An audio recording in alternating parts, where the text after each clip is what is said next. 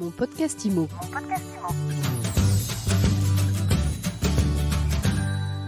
Bonjour à tous, je suis ravie de vous retrouver en direct de ce Master IMO 2021. On vient de vivre une matinée très émotionnante. On va en parler tout de suite avec Olivier Guerre. Olivier, le formateur. Bonjour Olivier. Bonjour Ariane. Et puis surtout, on est avec Jean-Marie Florent, qui est le patron d'IMO Réseau, et un grand monsieur qui nous a tous beaucoup touchés ce matin. On ressort de cette matinée avec plein de beauté en nous grâce à toi. Merci Ariane, ça me touche. Alors Jean-Marie, donc pour ceux qui te regardent, pour ceux qui t'écoutent, tu es non-voyant, c'est comme ça qu'on dit ? Oui, on dit comme ça, non-voyant, aveugle. Non-voyant, aveugle, en tout cas empêché de voir les choses avec les yeux comme tout le monde. Mais finalement, tu les vois très bien avec le cœur et c'est le plus important. J'ai déplacé mes yeux au niveau du cœur, effectivement, tu as raison, j'y vois différemment. Je suis non-voyant et peut-être parfois clairvoyant, c'est la différence. Ce matin, tu étais là devant les conseillers immobiliers, les négociateurs, tout ce public qu'a su embarquer Olivier à ce Master IMO. Tu as parlé à la fois de ta vision et surtout le thème de l'intervention, c'était nos limites. Nos limites, c'est ta façon de voir la vie et la fondation que tu lances.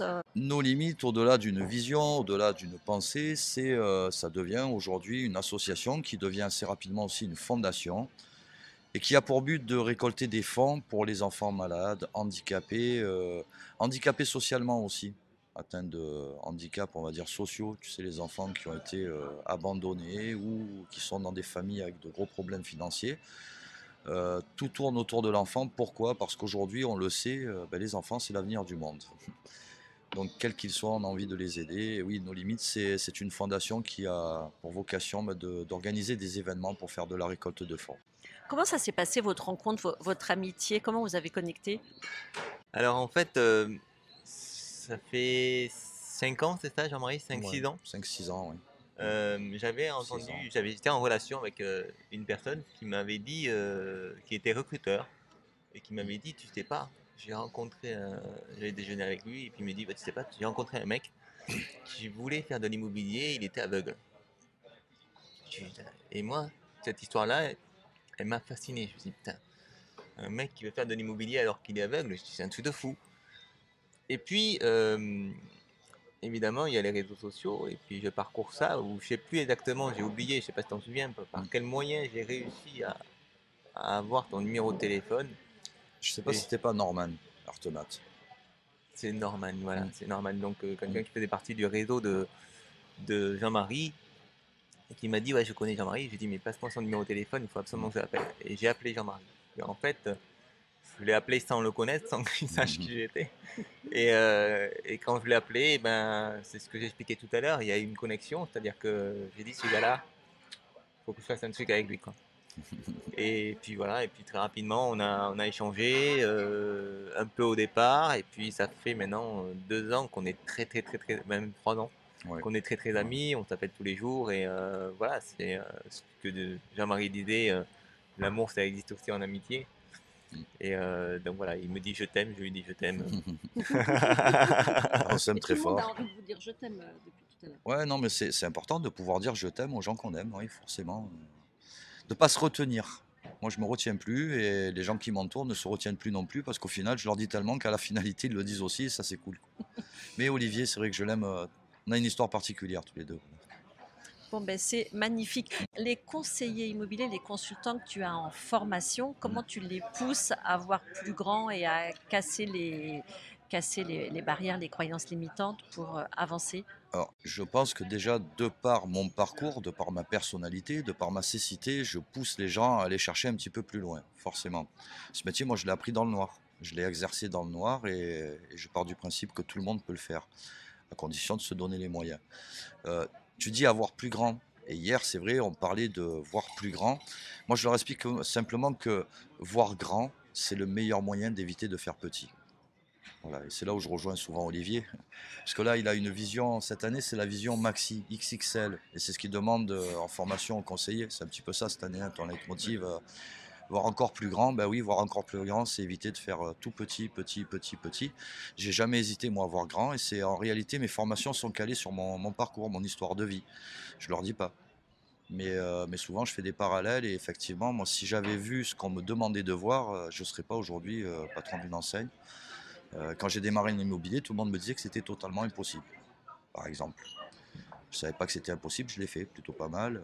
Voilà, et c'est ce que je demande à mes conseillers de faire, c'est de faire péter certaines barrières, certains chaînons psychologiques.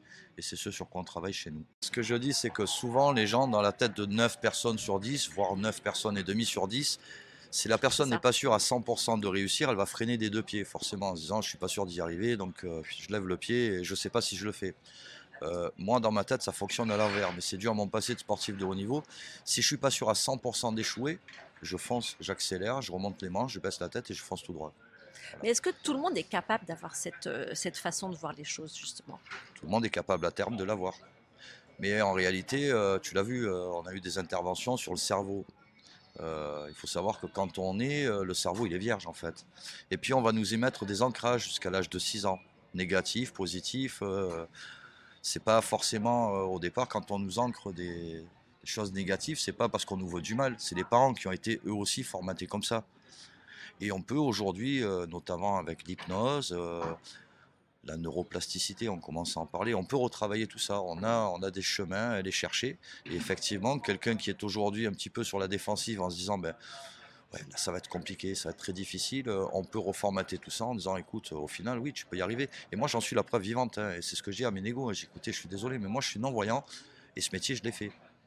Et pourtant, Dieu sait qu'au départ, tout le monde me disait, tu ne peux pas le faire. Tu es non-voyant, tu n'y arriveras jamais. Je ne l'ai pas entendu. Et Olivier, ce qui est intéressant, c'est que tout ce qu'on dit ici, tout ce que vous dites depuis 2 jours, ça s'applique à l'immobilier, mais finalement, ça s'applique à tous les secteurs du business et de la vie perso. Oui, tu as complètement raison, Ariane. Et puis en fait, l'immobilier, de mon point de vue, est en retard par rapport à tout ce qui se fait dans l'entreprise. Parce que c'est un métier qui, je vais pas dire que c'est un métier facile, mais c'est un métier où on peut faire de l'argent sans avoir de diplôme particulier et en travaillant un minimum, quoi. Donc forcément, on s'est pas trop foulé ces dernières années, et sauf que là, ça se durcit un petit peu et que ça se professionnalise, c'est très bien. Et donc, on doit effectivement raisonner en tant qu'entreprise. Donc forcément, faut appliquer des choses d'entreprise, des choses un petit peu plus techniques, plus axées sur des stratégies, etc. Si j'osais, moi, je dirais que les masters IMO, ça va au-delà du métier, au-delà du technique. Les masters IMO, moi, depuis le début, j'y participe et j'apprends des tas de choses tous les ans parce que je rencontre de nouvelles personnes. Euh, Moi, je pars du principe que ce métier, il est super sympa, très rémunérateur, tu l'as dit. Mais ce métier, on peut le faire que si on est parfaitement aligné dans sa vie personnelle. Moi, le négociateur qui me dit, tu sais, le matin, je m'engueule avec ma femme, j'arrive à l'agence, je pose mes problèmes à l'entrée et puis je les reprends le soir, je dis, ben, tu n'es plus un être humain, tu es devenu une machine. Et si tu deviens une machine, c'est pas forcément super sympa, quoi. On a un métier qui est dans le vrai, dans l'humain. On arrive dans des étapes de vie importantes. Et pour autant, on doit rester soi-même. Moi, j'enfile pas un costume tous les matins qui n'est pas le mien, quoi. C'est tous les matins, je prends mon costume, celui que j'enfile, c'est le mien. Mais parce que je suis parfaitement équilibré et que aujourd'hui, et c'est ce qu'on vit à travers tes masters IMO, Olive, euh, il y a le côté professionnel, mais il y a le côté humain. Alors oui, on parle de spiritualité, on parle de l'univers, on parle de plein de choses qui sont tellement vraies, tellement essentielles, tellement basiques que parfois on y passe à côté. Mais sur les masters IMO, on en parle et ça c'est plutôt pas mal. Et en général, les gens, moi après, je fais ce que font les politiques, tu sais, je consulte. Je consulte et les gens me disent, ouais, je me suis régalé parce qu'en fait, ben, j'ai entendu des choses que j'entends nulle part ailleurs. Mais Et c'est ça, ça je ce trouve qui ça se dit magique. ici. Moi non plus, je l'ai Ouais. entendu nulle part ailleurs dans Mm. des événements professionnels autour de l'immobilier. C'est ça qui fait la richesse. Et j'aimerais aussi que tu nous parles de ce qui va se passer au mois d'août 2022, Jean-Marie. Alors, ce qui devrait se passer au mois Ce d'août qui pourrait se 2022, ce qui passer. pourrait se passer si le Covid nous le permet, et voilà, eh bien écoute, au mois d'août 2022, effectivement, avec l'association Nos Limites, sous les couleurs de l'association Nos Limites et de nos partenaires bien sûr, je devrais attaquer le record du monde d'Alexandre Debanne. Il a un record, Saint-Tropez-Calvi en jet ski. Il a fait ça en 2h15 et si tout va bien, si tous les paramètres et les feux sont au vert, j'attaque son record à l'aveuglette sur un jet ski. Donc ben, d'ici là, on se reparlera et on sera tous avec toi. Mais je crois même savoir que tu peux faire une annonce, Ariane. C'est peut-être un peu tôt. Moi, je suis Oh, très superstitieuse. Je sais je pas si c'est sais, mais moi je sais que je t'aurai avec nous sur l'aventure. possible. Et C'est je t'ai déjà possible. dit que sur ma combinaison, j'aurai le logo de My Sweet Imo. Parce que tu parles de nous depuis tout à l'heure. Tu Ah savais non, pas que tu allais te faire piéger, hein? Eh oui, ah bah non, ça ah c'est oui. pas drôle. Ah Ça si, c'est c'est pas drôle, mais pourtant, euh, je sais pas toi Olivier, mais moi je suis super heureux qu'elle soit là aujourd'hui, Ariane, parce que tu es ouais. quelqu'un que j'aime énormément. Et depuis qu'on se connaît, ça match, ça se passe bien parce qu'au final on partage des valeurs. Et ça c'est important. Et moi je suis super content que tu sois là à Marseille, chez À nous. Marseille, il fait Ouais, c'est beau. important. Et attends, la capitale de la France, non je rigole. Il fait beau et ça a été un moment de partage aussi avec toi, avec Julie. Ça a été super sympa. Donc madame, je te remercie aussi. Eh ben merci à vous, messieurs. Merci Ariane, je vais pas continuer, mais si juste deux mots quand même.